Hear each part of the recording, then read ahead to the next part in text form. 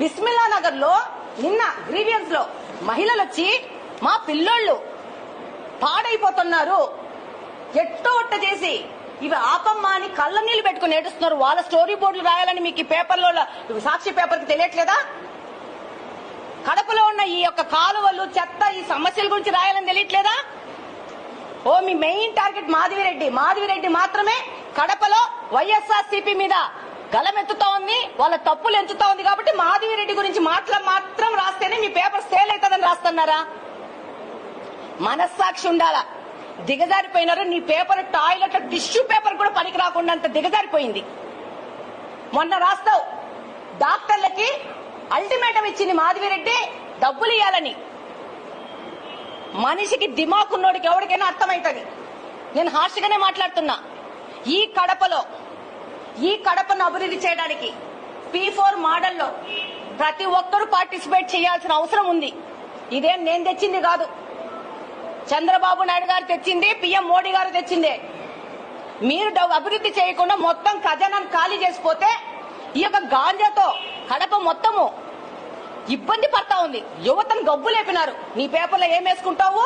Ganja peddlers bail మీద జైల్లోంచి వస్తే వాళ్ళను దేశభక్తులు ఏదో స్వాతంత్ర సమర పోరాటం చేసేసి బయటకు వచ్చిన వాళ్ళ లెక్క ఫోటోలు వేసుకుంటావు. నువ్వు సిగ్గన్నా ఉండాల.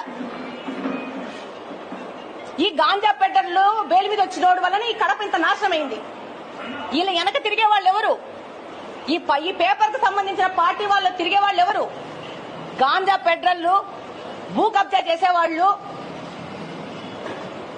నీ వాళ్ళ గురించి రాసుకో. అది వద్దనుకుంటే ఎల్లు, ప్రతి ఒక్క డివిజన్ లోకి వెళ్ళు, సమస్యలు చెప్తారు, నువ్వు రాయి. దాని మీద పని చేయడానికి సర్వం సిద్ధంగా ఉన్నా. నా నోటీస్ కూడా కొన్ని సమస్యలు రాకపోవచ్చు, చెప్పండి, వెళ్తాను. రాస్తున్నారు కొన్ని పేపర్లు. ఇక్కడ మురికి ప్రాబ్లం ఉంది, రోడ్లు లేవు, కాలువలు లేవని చెప్పి రాస్తున్నాయి పేపర్లు బాధ్యతాయుతంగా. మీరు మాకు చెప్పాలా, పని చేసేది మాతో మీరు చేయించుకోవాలా. చేయడానికి సర్వం సిద్ధంగా ఉన్నాను. అంతేగాని విలువలు వదిలేసి ఎక్కడ పడితే అక్కడ పోయేసి దానికి మాధవిరెడ్డి అనుచరులు